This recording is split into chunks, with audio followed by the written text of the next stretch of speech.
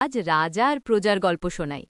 একসময় এক বিরাট রাজ্য ছিল, আর সেই রাজ্যের রাজা ছিলেন খুব জ্ঞানী আর প্রজাবৎসল। রাজার প্রধানমন্ত্রী ছিলেন একজন বিচক্ষণ মানুষ, তবে একটাই সমস্যা, মন্ত্রী ছিলেন খুব অলস। একদিন রাজা প্রঘুরে বেরিয়েছেন, সঙ্গে মন্ত্রীও চলেছেন। চলতে চলতে রাজা এক দরিদ্র প্রজার বাড়িতে গেলেন। প্রজা রাজাকে দেখে কাঁপতে আরম্ভ করল। রাজা বললেন, ভয় পেও না, আমি তোমার প্রজাদের দেখতে এসেছি। প্রজাদের অবস্থা দেখে রাজার মন খারাপ হয়ে গেল। মন্ত্রীকে ডেকে বললেন, মন্ত্রী, আমাদের প্রজারা খুব কষ্টে আছে, এদের সমস্যা দূর করতে কি করা উচিত? মন্ত্রী বললেন, মহারাজ, প্রজাদের সমস্যা দূর করতে হলে আমাদের অনেক কঠিন পরিশ্রম করতে হবে। রাজা বললেন, ঠিক আছে, আমরা পরিশ্রম করব। তুমি বলো কি করতে হবে। মন্ত্রী তখন এক দীর্ঘ তালিকা তৈরি করলেন, যেখানে প্রজাদের সমস্যা সমাধানের জন্য বিভিন্ন প্রস্তাব ছিল।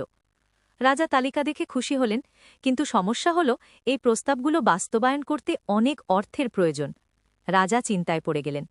মন্ত্রী বললেন, মহারাজ, চিন্তা করবেন না, আমরা প্রজাদের কাছ থেকে করের পরিমাণ বাড়াব। রাজা বললেন, না, তা হবে না, প্রজারা এমনিতেই কষ্টে আছে, তাদের ওপর আরও করের বোঝা চাপানো ঠিক হবে না। মন্ত্রী তখন আরেক উপায় বের করলেন। তিনি বললেন, মহারাজ, আমরা রাজ্যের ধনীদের কাছ থেকে বেশি কর নেব। রাজা এই প্রস্তাবে রাজি হলেন। মন্ত্রীর বুদ্ধিতে প্রজাদের সমস্যা দূর হল। রাজ্যবাসী রাজার ও মন্ত্রীর প্রশংসা করতে লাগল। এই গল্পটির শিক্ষা হল, রাজা প্রজাদের সবসময় খেয়াল রাখবেন এবং প্রজাদেরও উচিত রাজাকে সম্মান করা। গল্পটা কেমন লাগল?